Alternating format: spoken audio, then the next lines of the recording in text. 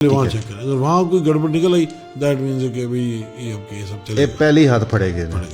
اب وہ اس سے نہیں ہوا تو پھر انڈائریکٹ میتھڈ یہ ہے کہ کیا اس دوران جس پیریڈ میں یہ چیزیں ہوئی ہیں اس دوران جو کر رہے تھے لوگ ان کی فائنانسز میں, ان کے ایسٹس میں, ان کی فیملی لائف میں کوئی بگ نوٹسیبل چینجز آئیں.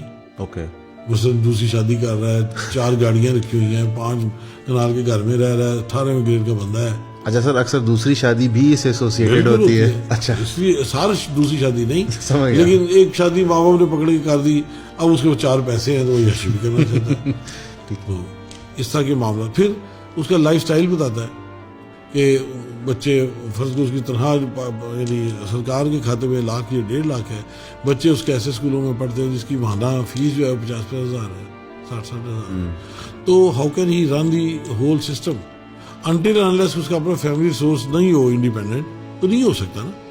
ایسے ہی ہے سر. کوئی بزنس اس کا علیحدہ کوئی چالا ہے تو وہ کیسے وہ کر سکتا ہے, وہ تو کر ہی نہیں سکتا. سرکاری ملازم اس کا کوئی بھائی کر رہا ہوگا, باپ کر رہا ہوگا. سو یہ ملٹیپل ان سائڈ انڈائریکٹ ایویڈنسز ہوتی ہیں جس کو ٹچ کر کے نیب اس کے اوپر انکوائری کر سکتے ہیں. یعنی کہ پہلے نیب دیکھتی ہے پروسیجر میں, اگر وہاں کو ایرر نکلا ہے تو کام آسان ہو گیا, انہوں پڑھ لو.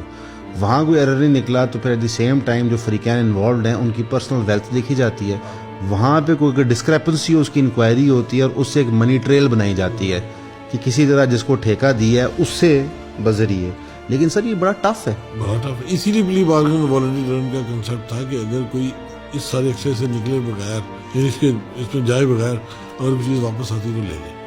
اچھا سر, بیسکلی ایک ہم اکثر سنتے ہیں کہ نیب اگر آپ کو نوٹس بھیجے تو جانا نہیں اور بٹھا لیتے ہیں, تو یہ اسی فنومنن کا پارٹ ہے کہ اس سارے پروسیس میں نیب اتنی ڈیوریس کریٹ کرتا ہے بندے کے لیے کہ بندہ خود ہی کہتا ہے اے لے پیسے پائن میری جان چھڑ.